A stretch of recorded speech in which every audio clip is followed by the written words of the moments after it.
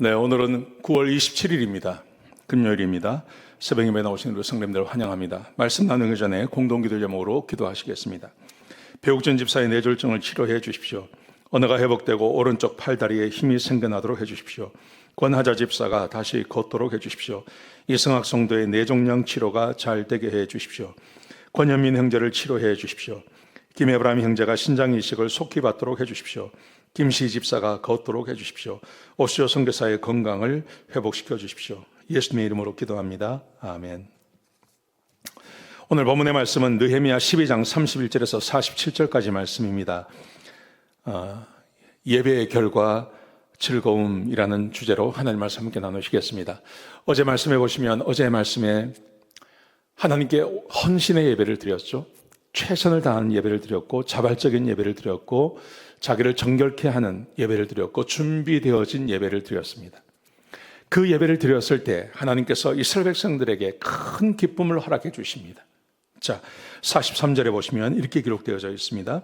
이날에 무리가 큰 제사를 드리고 심히 즐거워하였으니 이는 하나님이 크게 즐거워하게 하셨습니다. 이날에 그날 봉헌식을 드리는 그날요. 백성들이 봉헌 예배를 드린 다음에 두 패로 나누었습니다. 그래서 성문을 기준으로 해서 우측과 좌측으로 성벽을 밟고 쭉 지나갔어요. 백성들이 성벽 위로 올라가서 그 성벽을 밟으며 쭉 지나갔습니다. 그렇게 했을 때 하나님이 큰 제사를 드릴 때 하나님께서 그들에게 즐거움을 허락해 주셨습니다. 그 모든 사람이 다 즐거워했는데 이는 하나님이 그들에게 크게 즐거워하게 하였습니다. 그러면서 이렇게 말씀하십니다. 부녀와 어린 아이도 즐거워하였으므로 예루살렘이 즐거워하는 소리가 멀리 들렸느니라. 먼 곳까지 하나님께서 그들에게 즐거움을 주시니 그 즐거움의 소리가 노래하고 찬양하는 소리가 멀리까지 들렸다고 이야기합니다. 여러분, 이게 정말 오래간만입니다. 이게 얼마나 오래간만인지 모릅니다. 이게 느헤미야가 왔으니까요. 성벽이 무너지고 나라가 다 망한 다음에 한 번도 이런 적이 없었습니다. 한 번도 이런 적이 없었는데 거의 한 150년이 지나갔어요.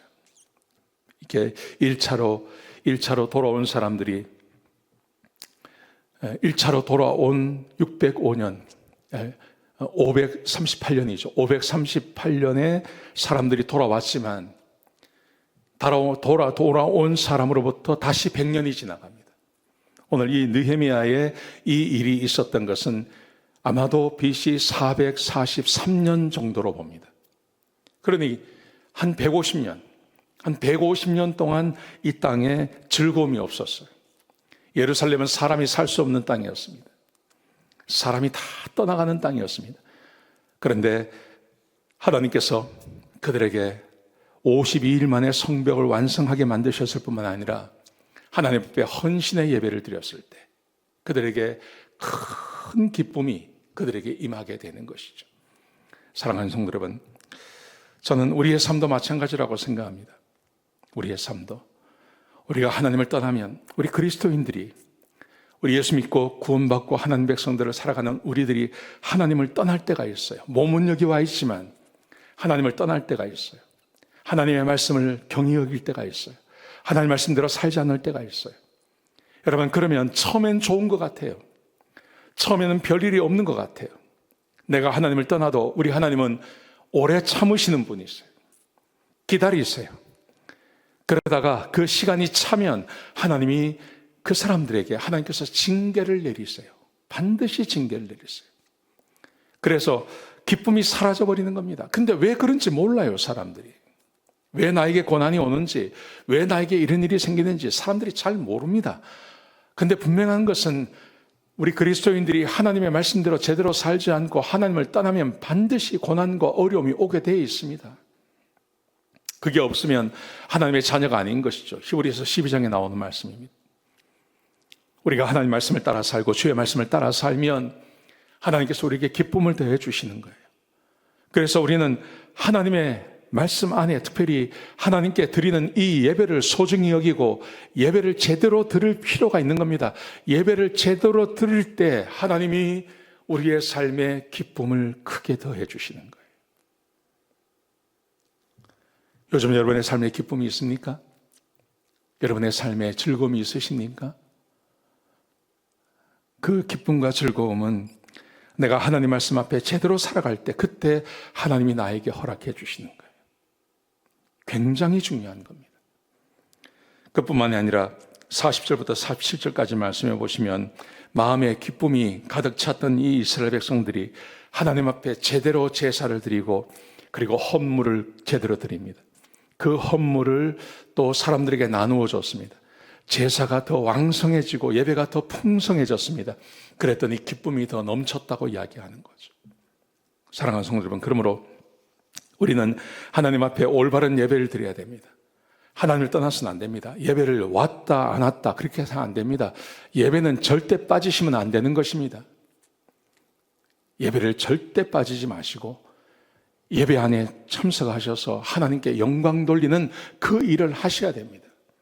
그래야 주의 은혜가 우리 가운데 임합니다. 기쁨이 우리 가운데 차고 넘치게 되는 것입니다. 사랑하는 성도 여러분, 주일 예배에 목숨을 거시기 바랍니다. 예배에 목숨을 거십시오. 예배의 삶을 드리십시오. 그리고 진정한 예배를 드리십시오. 하나님 앞에 최선의 예배를 드리시고 하나님 앞에 자발적인 예배를 드리십시오. 그리고 하나님 앞에 헌신의 예배를 드리십시오. 또 준비된 예배를 하나님께 드리십시오. 그러면 하나님께서 우리 안에 큰 기쁨을 더하여 주실 것입니다. 이런 은혜가 함께 하시기를 주의 이름으로 축복합니다. 기도하시겠습니다. 아버지 하나님 감사합니다. 우리에게 귀한 은혜 주셔서 감사합니다. 하나님 은혜 위에 은혜를 더하시고 축복해 주시고 부족함이 없게 하시고 특별히 우리 성도님들 최선을 다해서 예배드리게 하시고 그 예배를 드릴 때 하나님께서 주시는 그 기쁨이 예배 때마다 흘러넘치게 하여 주옵소서. 예배 자리에 처음 나왔을 때는 슬픔을 가지고 나오지만 한 번의 예배가 끝났을 때 주께서 부어주시는 그 놀라운 은혜와 기쁨이 넘치는 그런 귀한 성도님들 될 수 있도록 역사하여 주옵소서. 주님 감사합니다. 예수님의 귀하신 이름으로 간절히 기도드렸습니다. 아멘.